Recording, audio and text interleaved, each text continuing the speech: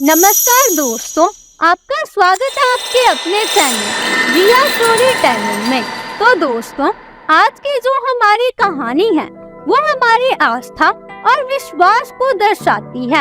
आपके मन में भी कभी ना कभी ये प्रश्न जरूर उठा होगा, क्या सच में भगवान है या यूँ कहे ईश्वर होते हैं? अगर होते हैं तो हमें दिखते क्यों नहीं? तो दोस्तों, ये सारा खेल है श्रद्धा और विश्वास का।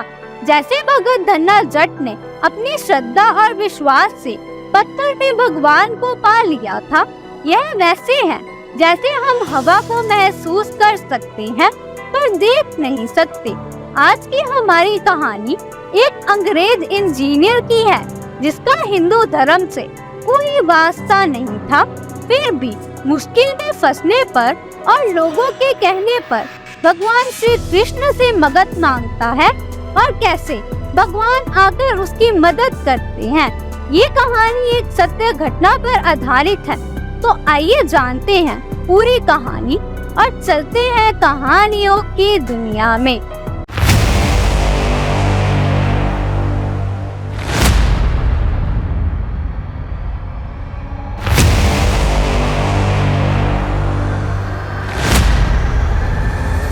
तो दोस्तों, ये घटना उस समय की है जब भारत में अंग्रेजों का शासन था।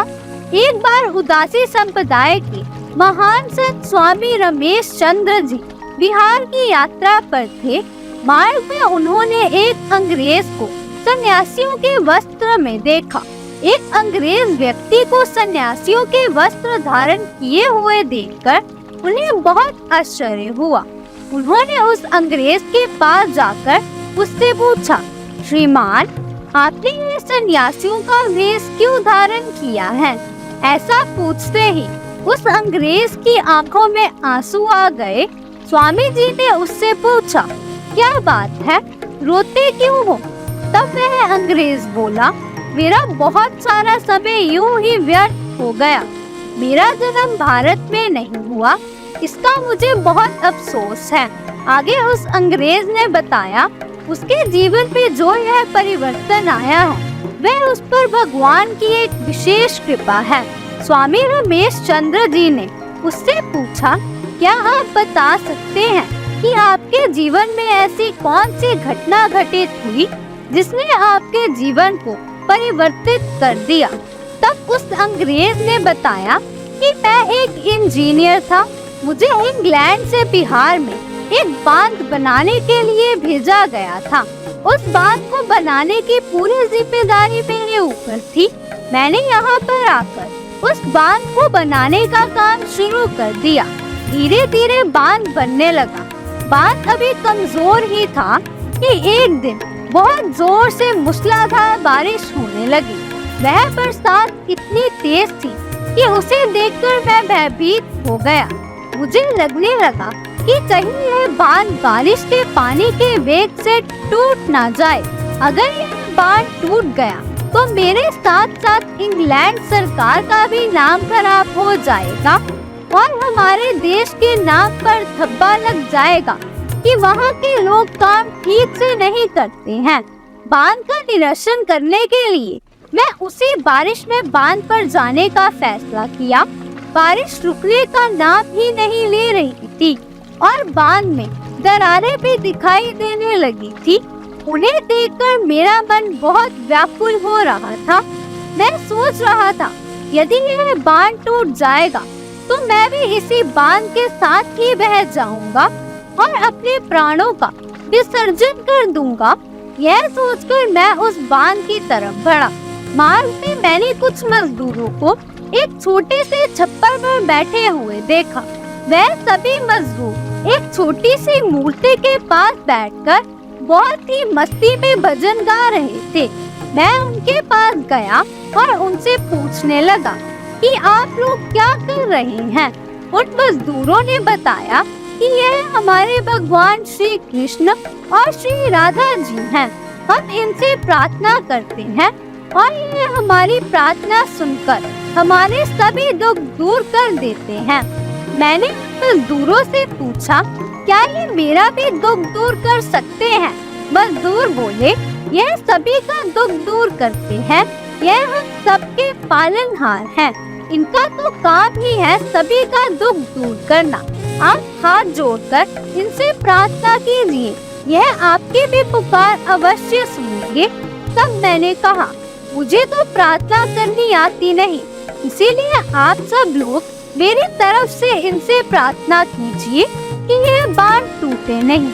अगर इस बारिश में यह बांध टूट गया तो मैं जी नहीं पाऊंगा।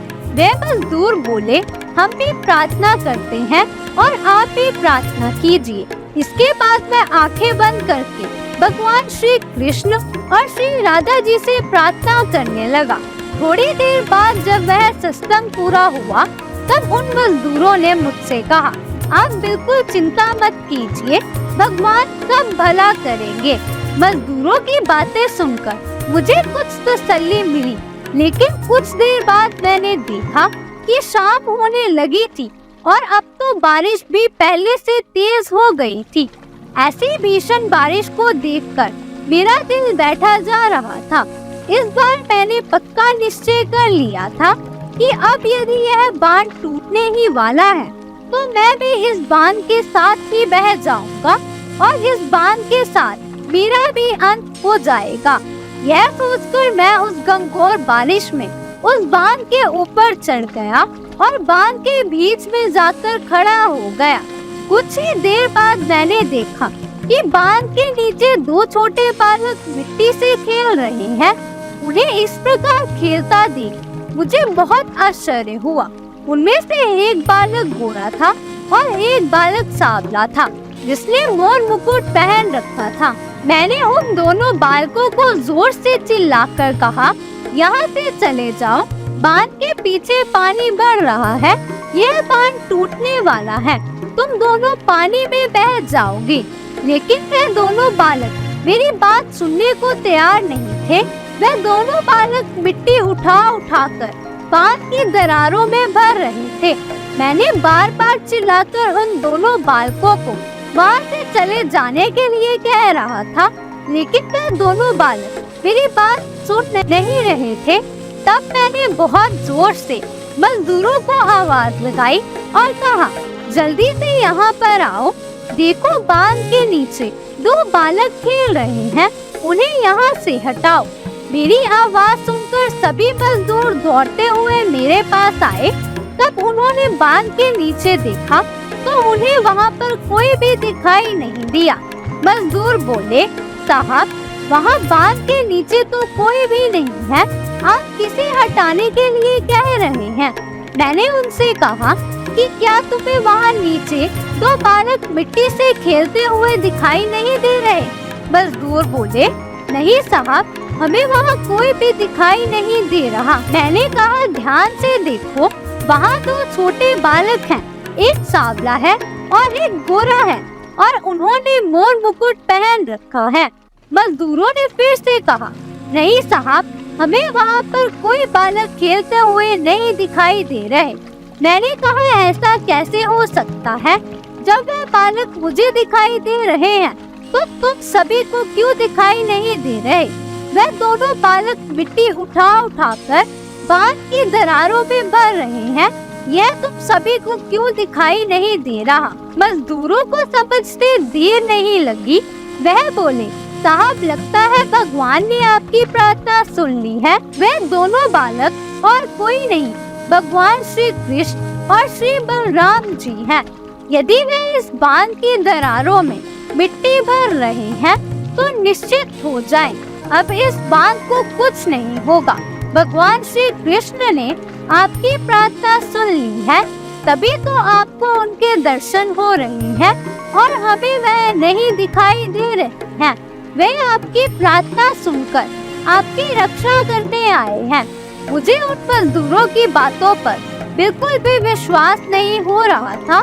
कुछ देर बाद मैंने देखा कि जहाँ वे दोनों बालक खेल रहे थे वहाँ पर अचानक एक बहुत तेज प्रकाश हुआ और वे दोनों बालक गायब हो गए।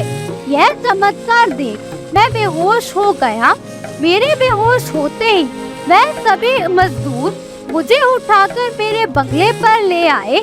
जब मुझे होश आया तब तक सुबह हो चुकी थी।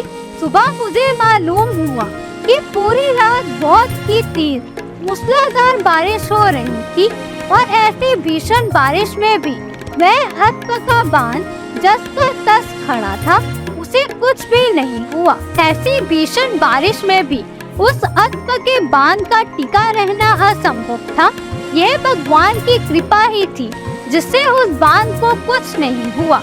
इस घटना के बाद मैं विचार करने लगा कि स्वयं भगवान श्री कृष्ण ने मेरी प्रार्थना सुनी और मेरे बांध की रक्षा करने आए।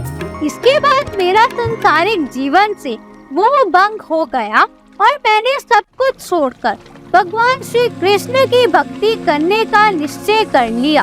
उसी दिन मैंने अपनी सरकारी नौकरी से इस्तीफा दे दिया और अपना सारा जीवन भगवान श्री कृष्ण को समर्पित करने का निश्चय कर लिया।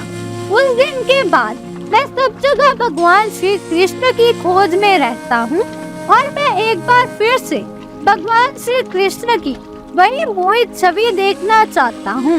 इसीलिए मैं हर समय उन्हीं का भजन करता रहता हूँ। भगवान श्री कृष्ण का भजन करके और उनका नाम लेकर मुझे अपार शांति का अनुभव होता है। ऐसा बताते बताते उस अंग्रेज की आंखें एक बार फिर से सजल हो गई। तो दोस्तों, ये घटना भारत की आजादी से पहले की एक सच्ची घटना है। इससे हमें यह पता चलता है कि यदि हम भगवान को सच्चे हृदय से पुकारें तो भगवान अपने भक्तों का मान रखने किसी न किसी रूप में अवश्य आती है। तो दोस्तों, मैं आशा करती हूँ कि आपको ये वीडियो पसंद आएगी। वीडियो अच्छी लगे तो लाइक करना, चैनल को सब्सक्राइब करना और अपने दोस्तों और रिश्तेदारों के साथ शेयर करना। तो मिलते हैं अगली वीडियो में। तब तक के लिए नमस्कार, आदाब, सत श्री अकाल, गुड बाय, जय जवान जय किसान।